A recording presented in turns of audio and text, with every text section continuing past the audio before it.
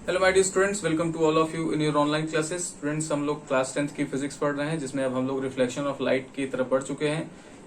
Reflection of light का ये दूसरा वीडियो है। पिछले वीडियो में हम लोगों ने लाइट के बारे में जाना, लाइट क्या है, लाइट हमारे कैसे लाइट डेली लाइफ में एग्जिस्ट करती है, प्रॉपर्टीज ऑफ द लाइट को डिस्कस करना है आज। फिर उसके बाद कुछ रिलेटेड टर्म्स जैसे ऐसे ऑब्जेक्ट्स जो खुद रोशनी रखते हैं, luminous object, non luminous objects. फिर उसके बाद आती है बात मीडियम की, कितने तरीके के मीडियम होती हैं, transparent medium, translucent medium and opaque medium. तो इन बातों को आज की क्लास में हम लोग डिस्कस कर लेंगे, फिर इसके आगे चलेंगे। ठीक है, तो चलिए आज हम लोग बात करते हैं बहुत देर न करते हुए properties of the light.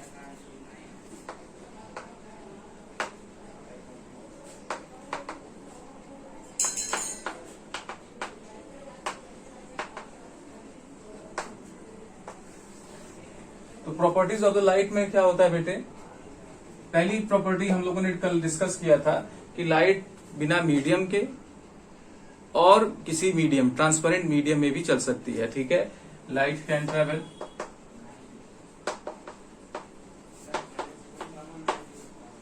In transparent medium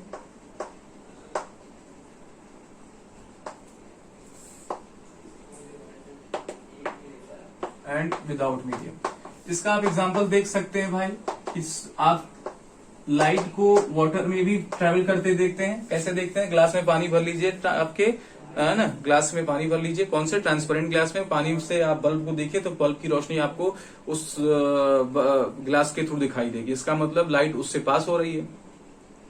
वहीं विदाउट मीडियम की बात है तो सन से हमारे पास लाइट कैसे आ रही है भाई, देखिए यहाँ सन अर्थ के ऊपर कुछ दूरी तक ही मीडियम है, अदरवाइज उसके बाद मीडियम है नहीं, स्पेस है, फ्री स्पेस है। तो वहां भी लाइट ट्रेवल करके आ रही है, तो इसका मतलब लाइट क्या हो रही है, बिना मीडियम के भी ट्रेवल कर रही है। तो लाइट किसी मीडियम और बिना मीडियम दोनों चलती है। ठीक है, तो ये लाइट की पहली प्रॉपर्टी है। ठीक है बेटे, लिख लीजिए इसको। फिर आती है कि इसकी स्पीड वैक्यूम में, क्योंकि वैक्यूम क्या है, फिक्स्ड है, आज जैसा है कल वैसा रहेगा और हमेशा ऐसा ही रहेगा। तो हम बात कर लेते हैं वैक्यूम में इसकी स्पीड क्या है, फिर ये अलग अलग है ना कंडीशंस में बदलती है। तो लाइट या speed of light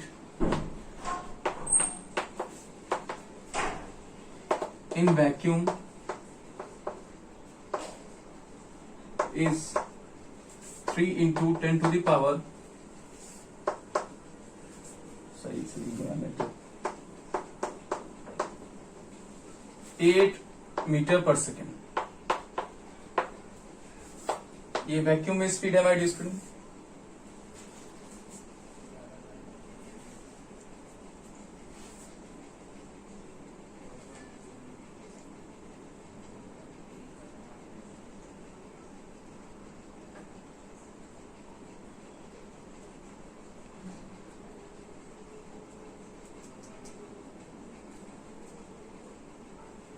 third one is light एक विशेष प्रकार की वेव है बेटे, क्योंकि आप देखिए जब हम कहते हैं कि हम मून पे जाके बात करेंगे, हम जो बात करते हैं आवाज निकलती है, वो भी एक वेव है। आपने पढ़ा होगा, अगर क्लास 10th में थोड़ा बहुत पढ़ाई जाती है, लॉन्गिट्यूडिनल वेव होती है। वहीं हमारी जो लाइट है वो भी एक विशेष प्रकार की वेव है, लेकिन दोनों में फर्क क्या है, जब हम बात करते हैं अपनी बात करने वाली वेव की यानी लॉन्गिट्यूडिनल वेव की, तो इसे मीडियम की आवश्यकता होती है। फॉर एग्जांपल हम अगर अर्थ के सरफेस पे है तो आपस में बात कर पाते हैं, लेकिन कहते हैं मून पे जब जाएंगे तो हम बात नहीं कर पाएंगे। कारण उसका ये है कि वहां पे एटमॉस्फेयर है नहीं है। एटमॉस्फेयर जब नहीं है तो इस वजह से हमारे वेव को, हमारे साउंड को अगले पर्सन तक ले जाने वाली जो मीडियम है वो है ही नहीं। कुछ ऐसे समझिए कि भाई आप सड़क पर खड़े हैं और आपके सामने कोई सवारी नहीं है, तो आप एक प्लेस से दूसरे प्लेस पे जा नहीं सकते, मतलब अगर दूरी ज्यादा है तो पैदल नहीं जा सकते।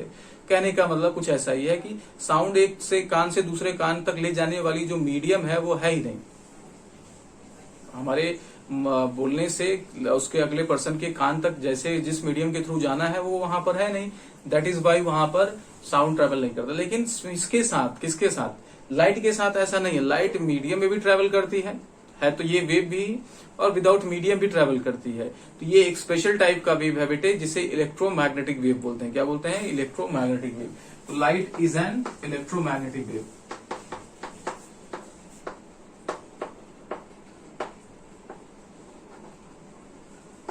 यही वेव बेटे हमारा किसी मीडियम और बिना मीडियम दोनों में चलती है, ठीक है। और यही वेव हमारे टेली कम्युनिकेशन में, फोन्स वगैरह में इस्तेमाल किया जाता है, इसी के जरिए हम लोग बात करते हैं, है ना। और जैसे दूसरे प्लैनेट्स की सर्च वगैरह इसी से करते हैं आजकल। मतलब मेडिकल में भी इसका इस्तेमाल होता है, एक्सरेज करते हैं, एमआरआईज करते हैं, तो वो उसमें इलेक्ट्रोमैग्नेटिक वेव का इस्तेमाल किया जाता है। इवन हमारा जो रिमोट है, रिमोट एक टीवी से दूसरे टीवी, मतलब टीवी से अपने कनेक्टेड है, वो भी इलेक्ट्रोमैग्नेटिक वेव के जरिए कनेक्टेड है। तो ये सारी चीजें इलेक्ट्रोमैग्नेटिक वेव का पार्ट है बेटे। हाँ, ये एक बहुत ही बड़ा पार्ट है इलेक्ट्रोमैग्नेटिक वेव। उसमें थोड़े थोड़े आपके क्या है, अलग अलग हिस्से हैं, किसी में कुछ, किसी में कुछ, किसी में कुछ इस्तेमाल होता है। जैसे आपके रेडियो सिग्नल्स में, उसमें रेडियो वेव्स इस्तेमाल होते हैं। आपके जो ये क्या कहते हैं, रिमोट्स हैं, इनमें आपका रेडियो वेव से आप कह सकते हैं कि माइक्रोवेव्स इस्तेमाल करते हैं। माइक्रोवेव अवन है, उसमें माइक्रोवेव्स प्रोड्यूस की जाती है, सब ये इलेक्ट्रोमैग्नेटिक वेव का हिस्सा है। कहते हैं ओजोन लेयर हट जाएगा तो अल्ट्रावायलेट रेज आएंगी, तो अल्ट्रावायलेट रेज भी इलेक्ट्रोमैग्नेटिक वेव के पार्ट हैं। तो ये सारे पार्ट इलेक्ट्रोमैग्नेटिक वेव के हैं, अलग अलग हिस्से हैं इसके, ठीक है। इसका मतलब आपके समझ में आया कि इलेक्ट्रोमैग्नेटिक वेव एक तो बड़ा सा है ना पार्ट, बड़ा सा है, कोई रेंज है जिसमें अलग अलग पार्ट क्या है, रेज के आती हैं।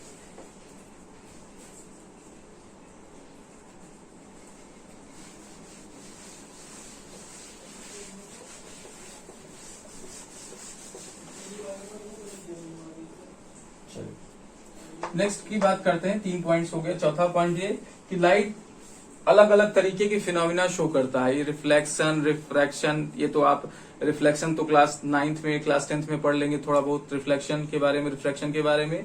आगे की फिनोमिना आप 11th 12th में पढ़ेंगे, जिसको मैं अभी यहाँ लिख दूंगा भले, ठीक है। Light performs various phenomenon,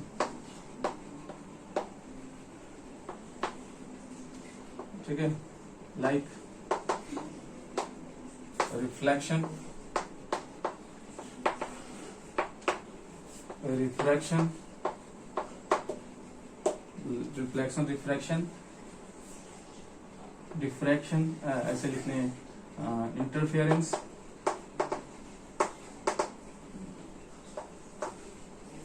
polarisation, और फिर आता है आपका डिफ्रैक्शन। हाँ, ये सब टर्म्स आपको समझ में नहीं आएंगे क्योंकि ये आपको हायर क्लासेस में पढ़ाई जाती हैं। दो चीजें आपको यहाँ पे पढ़ाई जाएंगी, दो टर्म्स यहाँ पे आपको पढ़ाया जाएगा। First one is reflection and refraction. Class 11th 12th में थोड़ी बातें इंटरफेरेंस, पोलराइजेशन और डिफ्रैक्शन की जाती है। तो ये टर्म्स आपको नहीं समझ में आएंगे, बट चूंकि लाइट ऐसे फिनोमिना शो करती है तो आप इसको जानते ही रहिए। इंटरफेरेंस क्या होता है कि भाई दो लाइट्स जब एक मीडियम में चलती हैं तो वो इंटरफेयर, मतलब एक दूसरे के साथ मिलके एक नई वेव प्रोड्यूस करती हैं, इसको इंटरफेरेंस बोलते हैं। पोलराइजेशन बेटे क्या होता है कि जब हम सनलाइट ज्यादा होती है तो हम क्या करते हैं, सन ग्लासेस यूज करते हैं। तो पोलराइजेशन में क्या करते हैं कि लाइट को एक तरीके से छान देते हैं। दैट मीन्स कुछ ही पार्ट को अलाउ करते हैं और हमारा आंख क्या होता है, उसे आसानी से देखने में सक्षम हो जाता है। आप समझते हैं सन ग्लासेस का इस्तेमाल कब किया जाता है। रिफ्रैक्शन क्या है, लाइट का बेटे जब हम देखते हैं किसी ऐसे तो कहना चाहिए कि लाइट सीधी रेखा में चलती है। अभी हम इसको लिखेंगे भी कि लाइट सीधी रेखा में चलती है, और जब इस क्या होगा, अगर सीधी रेखा में चलती है बेटे तो अगर कोई दीवार है तो इस दीवार के किनारे से ऐसे लाइट इस तरफ भी इसकी इंटेंसिटी अवेलेबल हो जाती है। होती है कि नहीं। जैसे अगर आप देखिए एक दीवार बड़ी सी है, उधर लाइट जल रही है तो थोड़ी सी रोशनी आपके इस कमरे में आती रहती है।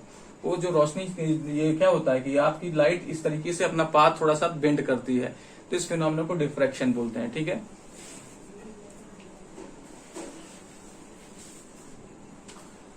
फिर यही जो मैं कह रहा हूं कि light moves in a straight path, straight line. तो लाइट हमेशा स्ट्रेट लाइन में चलती है जब तक कोई ऑब्स्टिकल नहीं आता। जितना स्ट्रेट हो सके उतनी स्ट्रेट ये मोशन करती है।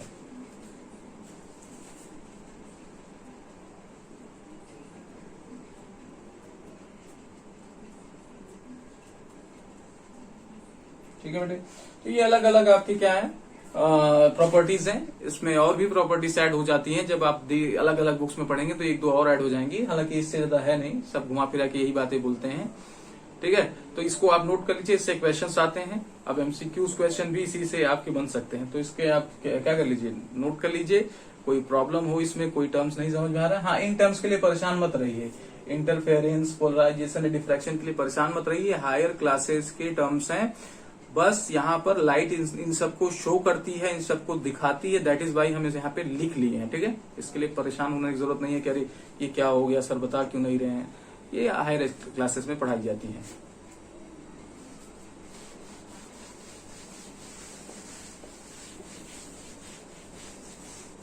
ठीक है, अब बेटे हम बात करते हैं दो ऑब्जेक्ट्स के बारे में। पहला आपका ल्यूमिनस ऑब्जेक्ट है।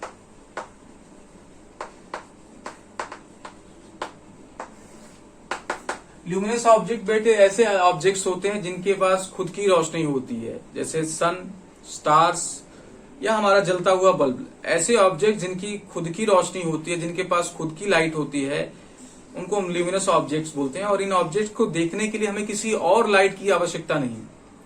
ठीक है, समझ में आ रही बात? तो those objects which have their own light.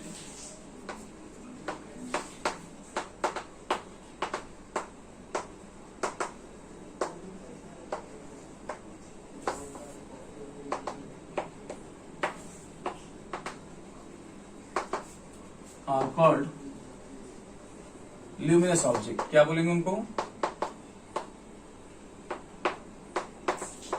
Object बोलेंगे। For example sun, bulb etcetera. तो ऐसे ऑब्जेक्ट्स को देखने के लिए हमें किसी और सोर्स की जरूरत नहीं होती, याद रख लेना। क्यों? ऑब्वियस, जब इनकी खुद की रोशनी है तो क्यों आप किसी और ऑब्जेक्ट का इस्तेमाल करोगे। देख लीजिए अच्छे से, स्क्रीनशॉट ले लीजिए, वीडियो को पॉज कर लीजिए। Non luminous object. Non luminous object ऐसे हैं जिनको देखने के लिए आपको किसी और रोशनी की आवश्यकता है। जैसे हमको खुद एक दूसरे को देखने के लिए सनलाइट की आवश्यकता है। सनलाइट नहीं है तो हम ट्यूबलाइट से निकलने वाली लाइट, बल्ब से निकलने वाली लाइट का इस्तेमाल करके एक दूसरे को देखते हैं, अदरवाइज नहीं देख पाएंगे। कमरे में जो भी ऑब्जेक्ट्स बिना लाइट के हैं, मतलब ल्यूमिनस ऑब्जेक्ट्स नहीं है, सब आपके क्या है, नॉन ल्यूमिनस ऑब्जेक्ट्स हैं। आपका मून भी नॉन ल्यूमिनस है, क्योंकि अगर आप देखें तो वो क्या होता है, जब तक सनलाइट उस पर नहीं पड़ती तब तक आपको वो दिखाई नहीं देता। ठीक है, तो दोज ऑब्जेक्ट विच है those object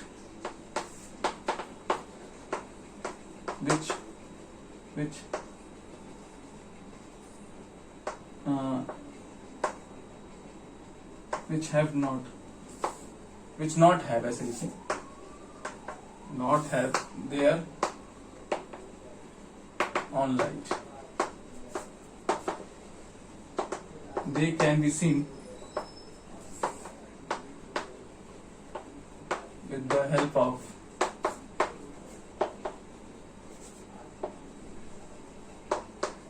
another light source.